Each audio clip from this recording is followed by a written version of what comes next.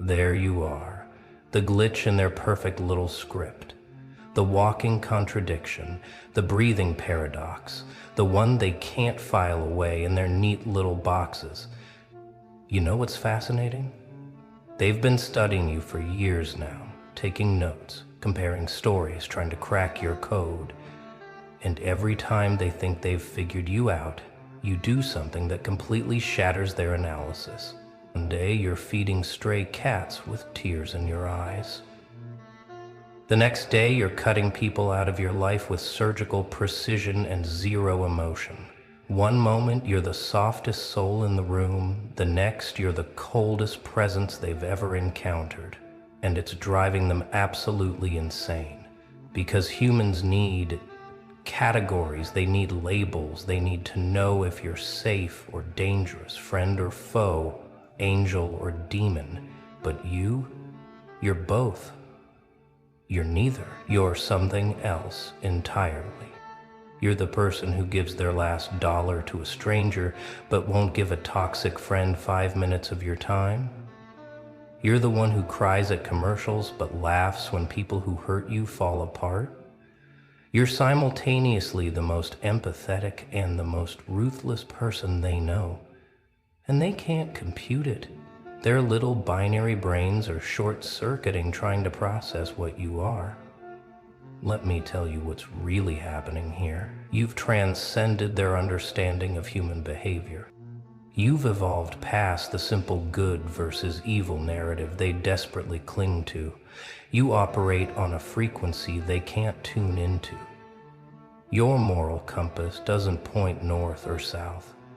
It points to truth, and truth, real truth, isn't always pretty. It isn't always kind. Sometimes truth is a gentle hand on someone's shoulder. Sometimes it's a door slammed in their face. Sometimes it's forgiveness. Sometimes it's permanent deletion from your existence. And you've mastered the art of knowing exactly which one to deploy. They watch you help someone through their darkest hours, spending weeks, months even, being their lighthouse in the storm. And they think, oh, they're a saint, they're an angel, they're pure goodness. Then they watch you ghost someone who crossed your boundaries without a single explanation, without a goodbye, without even a flicker of guilt. And suddenly they're whispering, psychopath, monster, how could they be so cold? But here's what they don't understand. Your kindness isn't weakness. Your cruelty isn't evil. Both are calculated responses to what the situation actually demands, not what social programming says you should do. You weren't always like this, were you? No, there was a time when you were simpler, more digestible, more predictable. You were either all heart or all hurt, never this sophisticated blend of both. But then life happened, betrayal happened, being too good got you burned, being too trusting got you buried, being too pure got you poisoned. And somewhere in that mess, somewhere in the ashes of who you used to be, you realized something profound. The world doesn't reward consistency. It rewards adaptation. It rewards those who can be exactly what the moment requires. Nothing more, nothing less. So you started experimenting. You started being kind without being naive. You started being strong without being heartless. You learned to read people like code, seeing past their words into their intentions. You developed what they can't understand, selective empathy. You still feel everything, probably more deeply than most. But now you choose who deserves access to that depth. You choose who gets your softness and who gets your silence.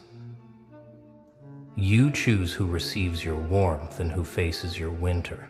And this selective deployment of your emotional resources, this is what breaks their brains. They want you to be consistent. They want rules they can follow.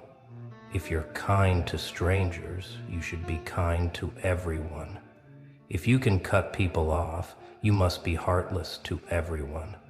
But you've transcended these kindergarten ethics. You understand that not everyone deserves the same treatment. That person crying in the grocery store, they might get your last $20. That friend who only calls when they need something, they get nothing. That stranger struggling with their bags, you'll help them to their car. That family member who traumatized you for years, they don't even get a response to their texts. This isn't hypocrisy. This is wisdom. This is what happens when someone learns the hard way that blanket approaches to human interaction are how you get destroyed. You tried being good to everyone. It nearly killed you. You tried being hard to everyone. It nearly killed your soul. So you became something more sophisticated. You became someone who can hold infinite compassion and infinite boundaries simultaneously. Someone who can love deeply and leave quickly. Someone who can forgive everything but forget nothing. Someone who can be the hero in one story and the villain in another, and sleep perfectly fine knowing both are true. What really terrifies them isn't your duality, it's your peace with it. You don't struggle with this anymore. You don't lay awake at night wondering if you're good or bad. You've accepted that you're both, neither, and something beyond their comprehension entirely. You've stopped trying to fit into their moral framework. You've stopped explaining your choices. You've stopped justifying why you can be an angel to one person and a demon to another. You just are. And this self-acceptance, this integration of your shadow and light, this is what makes you dangerous. Because once you stop needing their approval, their understanding, their categorization, you become ungovernable. You become unpredictable in the most terrifying way. Not chaotic unpredictable, but strategically unpredictable. They can't manipulate someone they can't predict. They can't control someone they can't categorize. They can't guilt someone who's already made peace with their own darkness. They can't shame someone who wears their contradictions like armor. So they keep trying to figure you out, hoping to find the key that makes you make sense. How can they volunteer at homeless shelters but refuse to help their own toxic family? How can they cry over a dead bird but feel nothing when their ex got karma? How can they be so generous with strangers but so ruthless with people who betrayed them? They ask these questions like they're contradictions, but you know they're not. They're evidence of someone who's learned to distribute their energy wisely. Someone who's learned that universal love is a beautiful concept that gets beautiful people killed. Someone who's learned that having a big heart doesn't mean everyone gets access to it. You've become the thing they fear most. Someone who can't be manipulated through conventional means. They can't use your kindness against you because you've learned when to turn it off. They can't use your darkness against you because you've learned when to embrace it. They can't use guilt because you've already accepted what you are. They can't use shame because you're not ashamed of your complexity. You're a walking proof that humans don't have to choose between being good or being strong. You can be both. You can be neither. You can be whatever the moment authentically calls for. Let's talk about what you've really mastered here. It's not just being good or bad. It's knowing when each is appropriate. It's having the wisdom to recognize that some people need your softness to heal, while others need your hardness to learn. Some situations require your full heart, while others require your full absence. You've developed what most people will never achieve. Situational authenticity. You're not the same person in every room, with every individual, in every circumstance. And that's not fake. That's evolved. Think about nature for a moment. The same sun that helps flowers grow can create deserts. The same water that gives life can cause floods. The same fire that warms can destroy. Nature doesn't apologize for having multiple functions, multiple impacts, multiple faces. Neither should you. You've learned to be like nature, giving what's needed, taking what's necessary, destroying what's harmful, nurturing what's worthy. This isn't confusion. This is complexity. This isn't disorder. This is advanced order that simple minds can't recognize. They keep trying to test you, don't they? Pushing buttons to see which version shows up. The saint or the psychopath, the angel or the demon, the healer or the destroyer. But what frustrates them most is that you don't react from emotion anymore. You respond from wisdom. That person trying to trigger your darkness with their sob story, you see right through it. That person trying to manipulate your kindness with guilt, you're already 10 steps ahead. You've become impossible to play because you've learned all the games.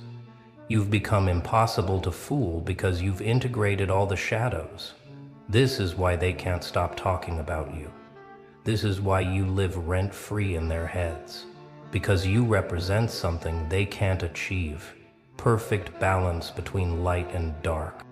Perfect integration of saint and sinner. Perfect harmony between helping and harming. But only deploying each where it truly belongs. You're not confused about who you are. They're confused about how to handle who you are.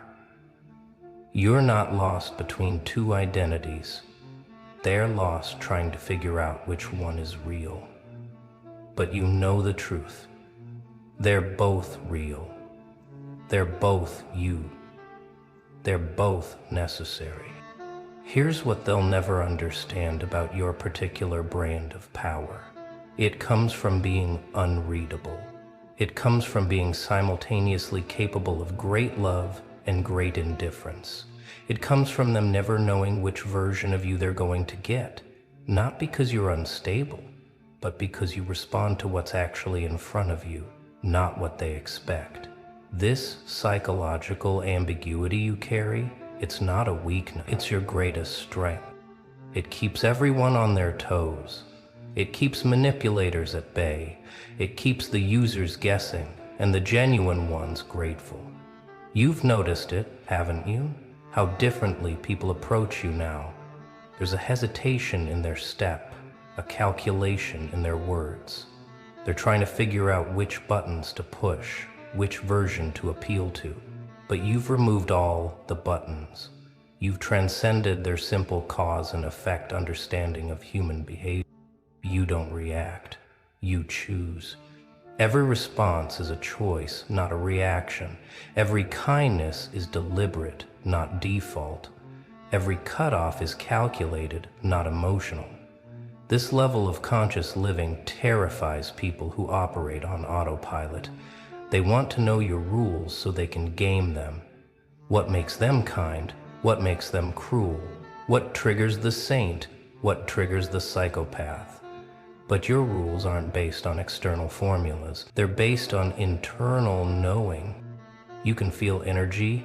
You can sense intention. You can read the space between words. You know who's approaching you with genuine need versus who's approaching you with hidden agendas. You know who deserves your gentleness versus who needs your boundaries. This intuitive navigation system you've developed, it can't be hacked because it can't be understood. And the beautiful part? You're not trying to confuse them. You're not playing games. You're just being authentically complex in a world that demands artificial simplicity. You're being truly yourself in a world that wants you to pick a side. You're honoring all parts of your nature in a world that wants you to suppress half of who you are. The saint in you is real. The part that would give everything to help someone genuine is real. The psychopath in you is real. Both live in you, both serve a purpose, both are necessary for navigating this complicated existence. Listen carefully to how they talk about you when they think you're not paying attention. It's fascinating. You've become a mythology in real time. Some paint you as this transcendent being who helped them through their darkest hour. Others paint you as this cold, calculating force who abandoned them without mercy. And here's the kicker. They're both telling the truth. Their version of the truth. Because you were exactly what their energy called for. You were exactly what their behavior deserved. You were the perfect response to what they brought to the table. The ones who approach you with genuine hearts, they get the saint.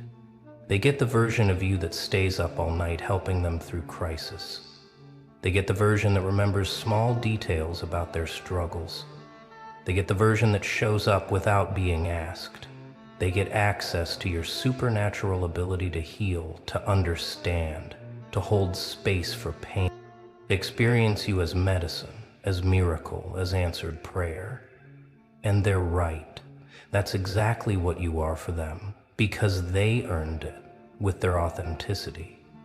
The ones who approach you with games, they get the psychopath. They get the version of you that sees through their performance. They get the version that doesn't respond to emotional manipulation. They get the version that can walk away mid-conversation if disrespected. They get to experience your supernatural ability to disappear, to forget, to feel absolutely nothing for their manufactured drama. They experience you as cold, as cruel, as inhuman. And they're right, too. That's exactly what you were for them, because they earned it with their dishonesty. This is your gift to the world, perfect reciprocity. You don't give more than what's deserved. You don't give less than what's earned. You're a perfect mirror of other people's energy, but elevated. Their kindness comes back as sainthood. Their cruelty comes back as psychopathy. Their genuineness unlocks your depth. Their fakeness triggers your surface. You've become karma incarnate, delivering exactly what people have coming to them, no more, no less. And this terrifies those who know they don't deserve your light. This terrifies those who know they've earned your darkness. What you've achieved, most people spend lifetimes trying to understand. You've integrated your shadow. You've married your light and dark. You've created a unified field where both your saint and psychopath coexist without conflict. They don't fight for control. They take turns based on what's needed. They collaborate. The saint in you identifies who needs healing. The psychopath in you identifies who needs boundary. The saint in you extends compassion. The psychopath in you prevents exploitation. They work together as a perfect system. This integration broke their understanding of how humans work. They were taught you have to choose, good or bad, kind or cruel, soft or hard, open or closed.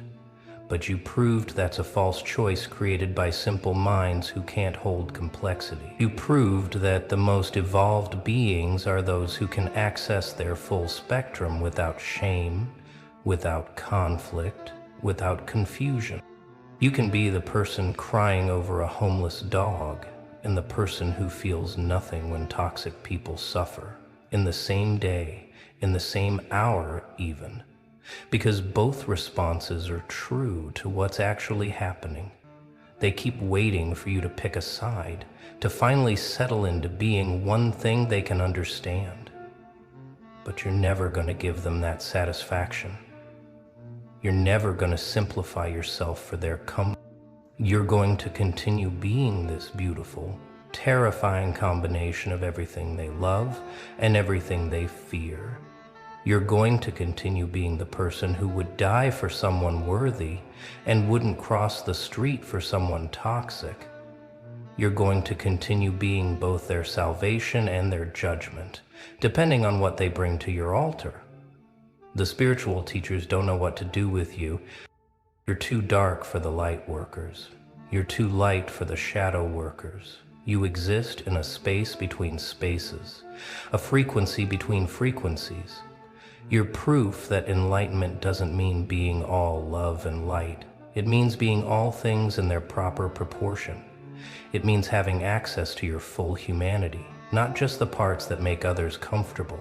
It means being capable of both infinite compassion and infinite indifference, and knowing exactly when to apply each. Your reputation has become its own entity now, hasn't it? It walks into rooms before you do. It whispers in people's ears before they meet you.